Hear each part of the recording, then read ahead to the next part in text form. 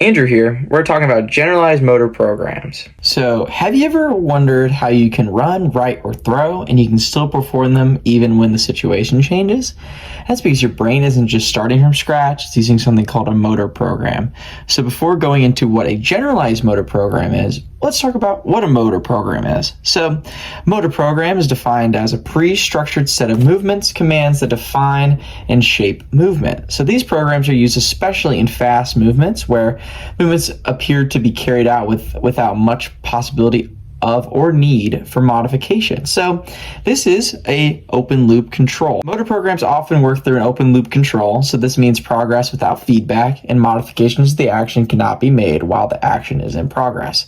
So this is why quick actions like throwing or sprinting are planned ahead of time and not in the moment. So some of the major issues that happen with motor programs, it fails to account for how novel movements are produced and unrealistic to think that we can store all the motor programs in our brain. So basically, your brain would run out of storage really fast.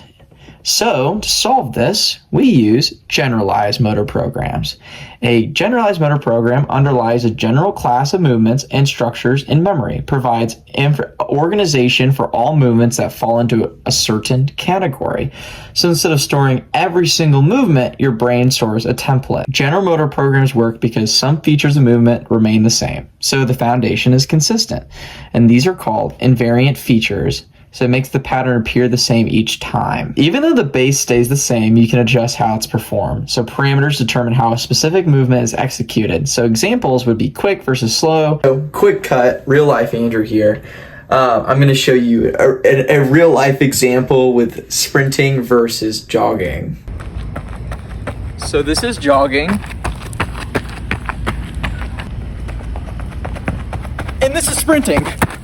And smooth versus discontinuous movements. Some more examples would be writing with a pen versus pencil versus marker versus paintbrush. And another couple examples would be tennis. Forehand strokes require the same basic components regardless of hitting to the right or to the left side of the court. So it's the same movement pattern but different conditions. General motor programs are huge for learning because motor programs operate to produce flexible, skilled actions, and with practice, improvements in building more effective general motor programs. And so, the more you practice, the smoother and more adaptable your movements become. So next time you run, throw, or write, remember, your brain isn't guessing, it's using a generalized motor program to keep the movement consistent while adapting to the situation.